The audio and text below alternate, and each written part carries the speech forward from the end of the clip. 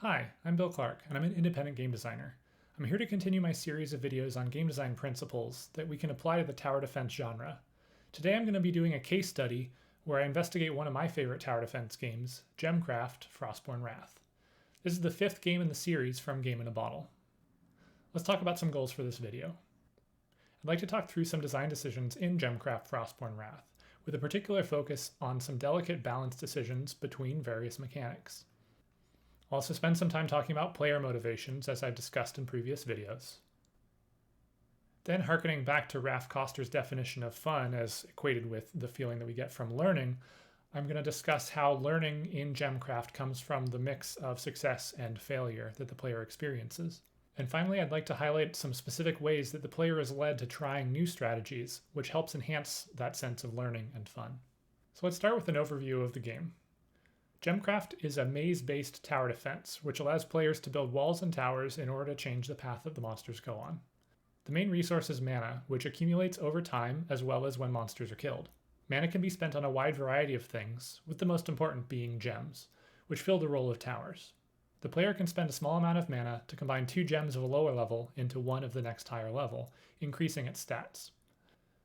Gems are slotted into a variety of emplacements, including towers, traps, amplifiers, and lanterns, that can use them to fire in different ways. The player can also build walls and pylons.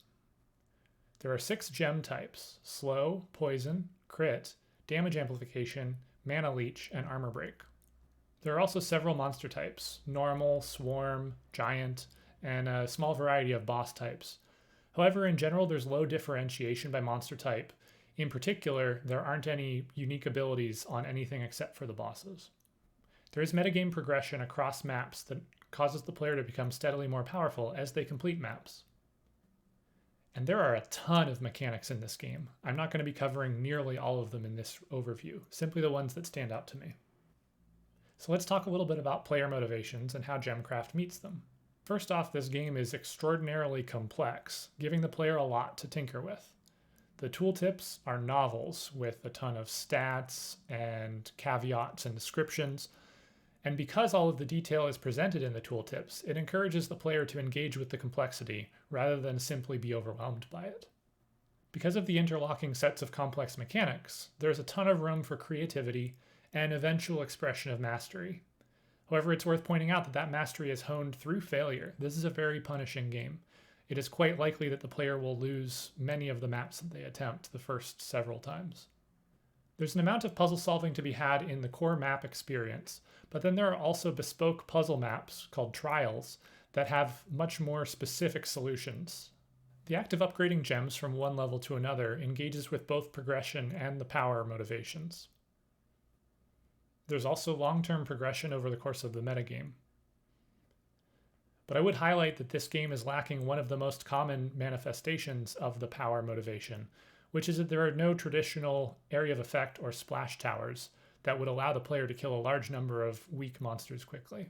The most unusual expression of elegance and aesthetics in this game is in the gems themselves, which are beautiful and satisfying to look at and enhance. If we look at stats, the gems have all of the basic stats that you would expect for any tower, that is to say damage, attack range, and attack speed. In addition, the towers will have 1 or 2 stats based upon which type they are for their special ability. For example, the amount of mana leached per hit, or the slowdown and slow duration of a slow gem. Monsters also have basic stats: health, move speed, mana per kill, in addition to armor, which is a flat damage reduction on every hit. In order to understand some of the balance decisions about stats, it's important to understand how we can think about mathematical scaling. The stats for a given gem and the stats for the monsters in a wave will change as you increase the gem's level and as you move forward in waves. There are 3 main types of scaling that describe how those values change over time: linear, polynomial, and exponential. For the purposes of this video, you don't need to understand the mathematical backing for each of these scaling types. Simply know that polynomial scales faster than linear and exponential scales faster than polynomial, which is to say that an exponential scaling curve will eventually overtake any linear scaling curve if you go long enough, regardless of how high the linear stat starts. And also within exponential scaling, we can order the scaling based upon the base of the exponential. So for example, a value that is doubling will eventually be surpassed by a value that is quadrupling with every level. With this basic understanding of scaling, we can then compare some values. For example, the damage per second from a gem upgrade versus the cost of that upgrade, or the required damage per second to defeat a wave versus the wave's level. Those two scaling values will tell us a lot about whether the player can continue to defeat monsters indefinitely, or whether eventually the waves will become too difficult. A common pattern in tower defenses is to have the player start with some amount of a head start where their defenses are going to be more than strong enough for the monsters. But then the monsters will scale faster over the course of the game, so that the player will eventually be overtaken. This gives the player the challenge of trying to stay ahead of the curve, quite literally, to be able to hold back the monsters long enough to survive all of the waves. So how do gems scale in GemCraft? Well, the gem cost is just over double per level because of the fact that you combine 2 gems of the previous level plus a small combined fee. Thus we can refer to this as an exponential growth with just over base 2, since it is just slightly more than double cost per level. All of the basic stats for the gems are more than linear. Not precisely sure, but I believe that they're exponential looking at the values. If we multiply attack speed times damage in order to get expected maximum damage per second, that winds up being a little bit less than base 2 exponential. In my previous episode on math, I talked about attack range and how it can be a linear increase in expected damage per second if it's increasing the uptime of a given tower, though most of the time it isn't.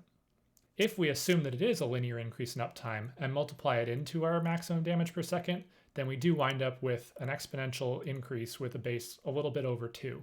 So now we can compare the expected increase in damage per second of increasing a gem's level against the mana cost to increase the gem's level. In both cases, they're an exponential with a base around 2. Therefore, as gem levels increase, their expected damage per second will increase at the same rate as the cost, which makes them agnostic to what gem level we use. However, for any given situation, some gem levels will be more effective than others due to armor, as well as the risk of overkill if the gem is doing too much damage for the thing it is attempting to attack. If we look at monster scaling, monsters scale mostly based upon hit points and armor. Flat damage reduction armor is really fascinating mathematically, as the closer the armor gets to the expected damage from a given gem, the more each point of armor matters as a percentage reduction in damage taken. Until, of course, it doesn't matter at all when the armor completely stops any damage from coming through. So we mentioned that the gem's expected damage per second scales similarly to the cost. However, the damage per hit does not. It is at a lower exponent than cost scaling. Therefore, the damage per hit of a gem is going to increase less than linearly with the amount of mana that is spent on it. It's also worth noting that the mana per kill for monsters scales very slowly in this game. Therefore, if the armor is increasing at a rate that is linear or greater, damage will eventually trend to 0, as the armor will eventually overtake whatever gems the player is able to build. So given that understanding of monsters eventually becoming too powerful for the player's gems to kill, let's talk about the different modes in the game. On every map, there are 3 modes that can be played. The first is Journey Mode, which is a standard playthrough. The player needs to survive a set number of waves without their mana going down to 0. If they do, they get experience points for metagame progression, as well as unlock some new maps, with a branching path so that there are always a variety of choices for the player to play. Looking over some values for some journey maps, I saw that hit points and armor for monsters both have very low exponential scaling, thus they are not really outpacing players' gems by very much. Once the player has beat Journey Mode for a given map, they can then play Endurance Mode. This is harder, and can be adjusted with modifiers to make it even harder in order to get more experience points for metagame progression. The player gains experience points regardless of whether they survive to the end or not. But on the endurance maps that I checked, the scaling of hit points and armor for monsters is a substantially higher exponential scaling. Thus it is more likely that the player will eventually be outscaled and no longer able to deal any damage to the monsters that are coming through. I've certainly seen that as I've been playing, as my defenses get eventually overrun by seemingly invincible monsters. The third mode for each map is called Trial Mode. In Trial Mode, the player is presented with a very specific situation with very heavy restrictions. They are also not able to bring in any of their metagame progress. Thus, Trial Mode serves up a very specific puzzle, typically with a very specific solution in mind. Oftentimes these puzzles play very differently than the normal game because the restrictions are so off the wall. One of my favorite trial levels was one where I needed to leak bosses repeatedly and kill them slowly over time using poison. Another had gems and towers that I had no control over, and I simply had to build walls in order to construct a maze that effectively routed monsters past those towers. Each of these puzzles presented me with a challenge that required me to think through all of the mechanics that the game has and try and figure out something that I was missing from my understanding. Thus, trial mode is a really great way for the player to learn all kinds of new things about the mechanics of the game. It's worth calling out that in all of the modes, not just trial mode, each map is going to have restrictions about which gems are available. There's also a lot of variability about the type of maze building that the player is going to engage with. There are a lot of maps with railroad switch style mazing. There are also some with wide open spaces for the player to fill with as complicated a maze as they want. In addition, there's occasional variety in the monster types on a given map, mostly when there are bosses, but occasionally with things like only swarm monsters on a given map. All of this variety about which mechanics are present on a given map forces the player to consider different strategies, as there is no one strategy that will work on every map. Now I'd like to talk about a few strategies that have been effective for me as I've been playing GemCraft, as well as the situations in which they break down, forcing me to try and learn other strategies. One very simple strategy is to simply build a lot of towers, with a lot of gems in them, of relatively low level. Building lots of towers is effective in some situations, because overkill can be a very significant problem at low gem and monster levels. Therefore, by having each tower doing a relatively low amount of damage, there's not a lot of overkill wasted damage, and most of my mana is spent on increasing actually effective damage. As you progress through the waves and the monsters become more powerful, you need stronger and stronger gems to get through their armor. This isn't too much of a problem because you can merge the gems together into higher level gems, thus increasing their level and their ability to penetrate armor without wasting much mana. This strategy winds up falling apart on some of the harder levels that have higher level monsters, because there is still a lot of wasted mana on the emplacements that are eventually vacated. Another strategy I've found very effective is spaced out poison traps. So traps as an emplacement cause a massive decrease in damage and cause the gems to only hit at melee range. But in exchange, they hit much quicker and their gem special, in this case poison, is massively increased. Because of the fact that poison doesn't stack, attack range is not particularly useful because keeping uptime on a single target is not actually important. Provided you can find a good location for your trap, where every monster walks across it, it becomes very overpowered. This strategy is so dominant that it's always the first thing I try if poison gems are available on a given level. This strategy eventually falls over when the monster hit points outscale the poison damage, because poison damage increases at a relatively low rate with gem level. My other favorite strategy that I like to try is one that I find very elegant. This strategy is to surround one tower, or potentially multiple towers, with 6 amplifiers. Amplifiers increase range, damage, and attack speed. Therefore, you can get an extremely deadly tower at the center of your map with high range, high attack speed, and high damage by surrounding one very high-level gem with amplifiers with reasonably high-level gems. Then you simply need to build as complicated a maze around that gem as possible to give it maximum uptime to churn through all of the monsters that come in. I find this strategy particularly satisfying because it combines elegance and power by focusing all of the attention on one extremely overpowered tower. However, this strategy struggles dealing with swarm monsters. In addition, it passes up the opportunity to combo gem specials together, for example, slow, damage amplification, and armor breaking. So those are 3 of my favorite strategies that I like to try on a lot of different maps.